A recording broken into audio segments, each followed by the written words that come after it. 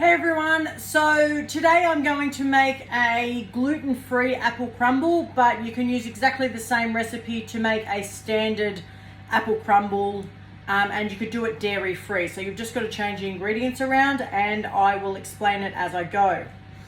So because I'm going gluten-free, I'm actually using the gluten-free flour. That's what I'm using. It's already ready to go. Ideally, you'd use plain flour for a crumble, not self-raising, but this is what I have because I'm making it for a friend's birthday. And I have an hour and a half to be there, so I'm making this in a hurry. So I'm going to show you the quick way to make an apple crumble. So, start with butter. Obviously, real butter. You can't go any bad with that. And also, if you're going to go dairy-free, substitute it out for a plant-based margarine. So I want 200 grams. I'm going to use the whole 250 grams, but the other 50 grams is for the crumble on top. So to make the pastry at the base, just add that in. Then you've got 2 cups of flour, which is your gluten-free flour. Whoopsies, I'm making a mess already. And half a cup of sugar. Now you've seen this, how you rub the rubbing method. So I'm literally rolling it between my hands. You have to wear gloves to do this, wear gloves. But I'm rubbing the flour and the butter together to make the pastry. This is the secret to pastry. And with this amount of butter in there, it's going to be quite short, meaning it's going to be nice and sort of crumbly and yummy.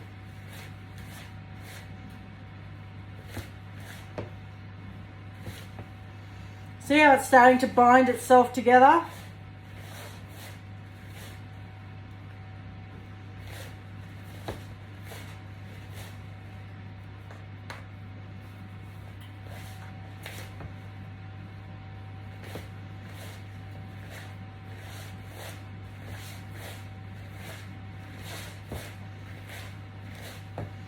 Okay, change of plans.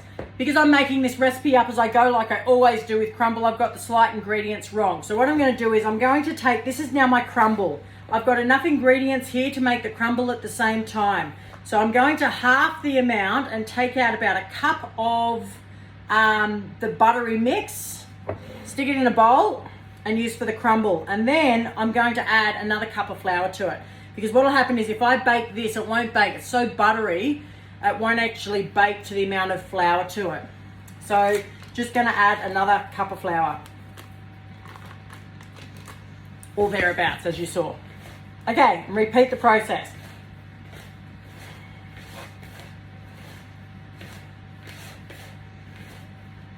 Now we're looking better.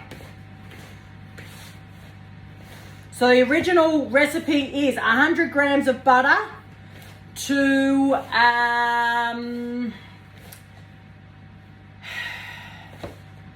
2 cups of flour. That's the recipe.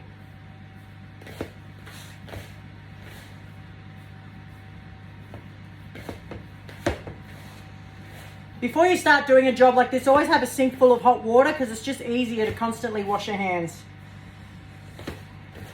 Now, if you're going to make this just normal crumble, just substitute for normal plain flour instead of gluten-free flour. Exactly the same, you're substituting. Dairy-free, you substitute margarine for butter. It's the only difference. If it's dairy and gluten-free, then it's margarine and gluten-free flour. So you can just play with the recipe and substitute things out. Okay, see how your butter, it's now become literally flour again. It's yellow flour. That's what you want.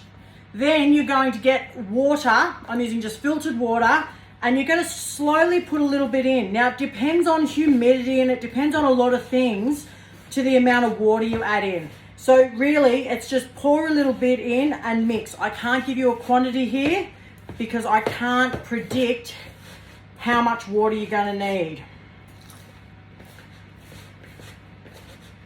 And if you put too much in, you end up with gluggy mud. So just slow and steady on this one.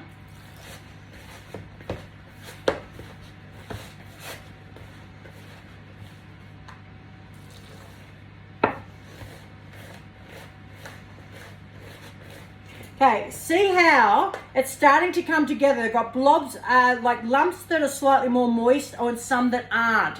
When you get to this point, stop adding water and just bind it together, because there's usually enough water in there in the pastry to pick up all of that dry stuff, because otherwise that's when you start getting gluggy because you've gone too far. So you need to have a few nice lumps and then you just mix it together. Okay, and there is one ball of pastry. So step one, I'm just going to wash my hands. We'll go on to step two. Okay, so step two is putting it in the oven. We need to get it into a dish into the oven. So, the easiest way to do this is to butter your dish.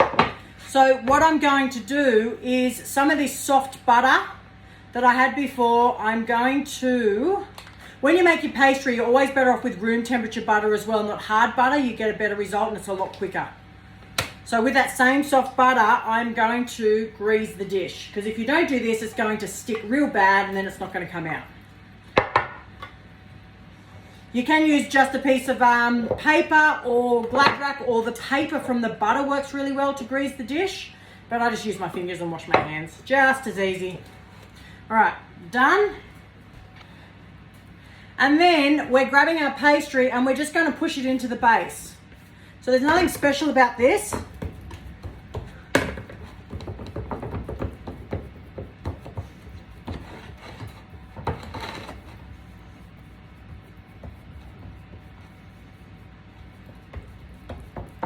Just stick it in.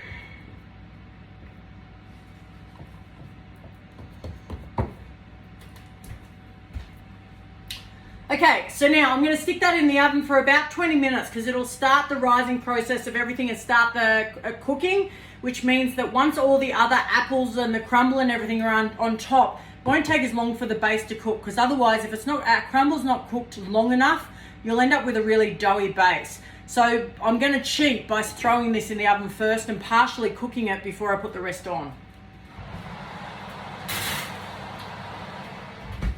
So while I'm waiting for that to cook, I'm going to make the crumble. So in the same bowl, don't worry about washing it, same bowl, tip in your, if you did like I did and did it wrong, tip in your previous crumble mix. But if you're going to start from scratch because you followed the recipe properly, then you're going to need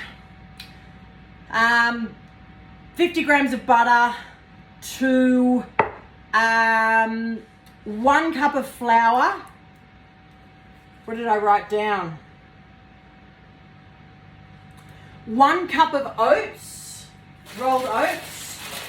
I've just been to the health food shop and got myself some organic oats. So a cup of oats.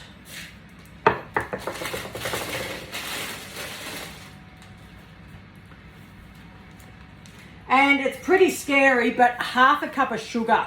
The sugar and butter is what gives you that crunch. And if you don't actually have enough sugar in your crumble, then you won't get the crunch. So this is also why I suggested when I stewed the apples, you have a less sweet apple, because it's so sweet. The crumble is generally so sweet, it balances everything out.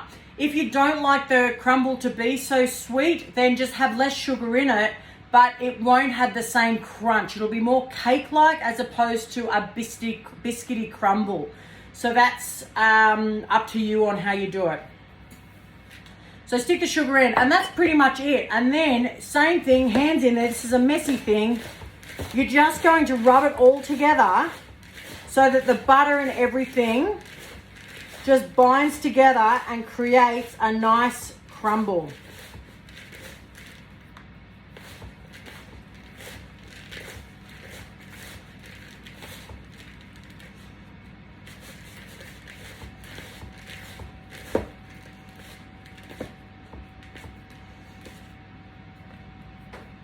And there we go. How quick was that? See how it's, the butter, it's kind of flaky. It's like a chunky sort of a breadcrumb. I could put a little bit more butter into it if I wanted to moisten it a little bit. But if I squeeze that in a ball, see how it's actually creating a ball? So there is actually enough butter in there, because when I put it on, that will stick together and create a beautiful crumble. So I will see you in about 20 minutes when my base is ready to come out of the oven, and then I'll show you the next step.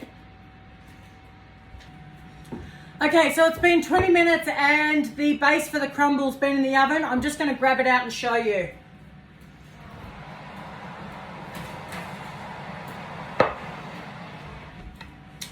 See how it's starting to go brown? If I push on it, it's sort of starting to firm up.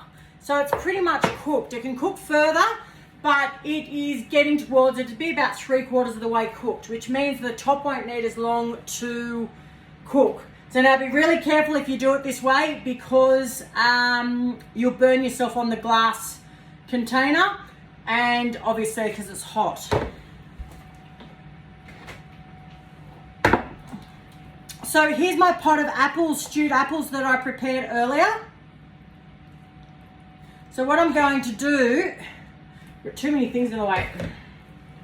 What I'm going to do is to put the apples into the tray.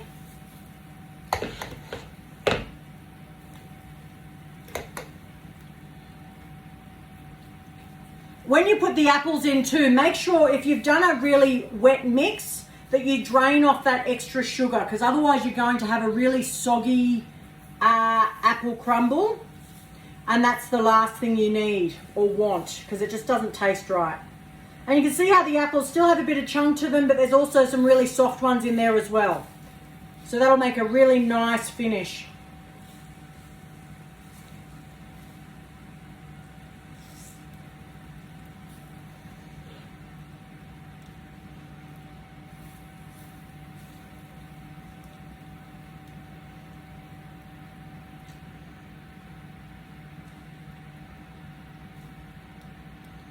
Okay, nice and even. Then our crumble which we made before, we're literally tipping it on top. Again, watch out for that dish.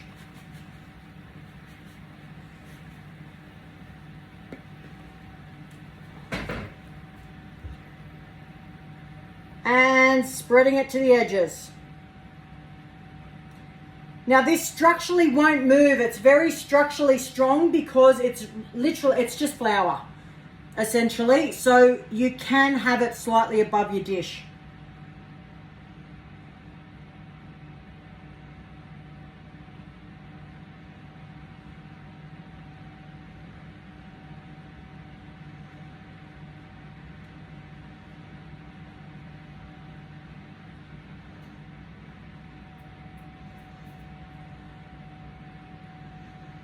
There we go, and I'll put that back into the oven for about half an hour until it's nice and golden brown on top, and it'll be cooked and ready to go.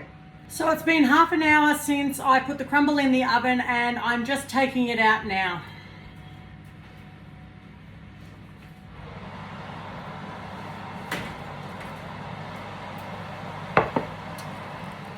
And here we go. You can see it's gone nice and brown and crunchy, and the inside looks really yummy.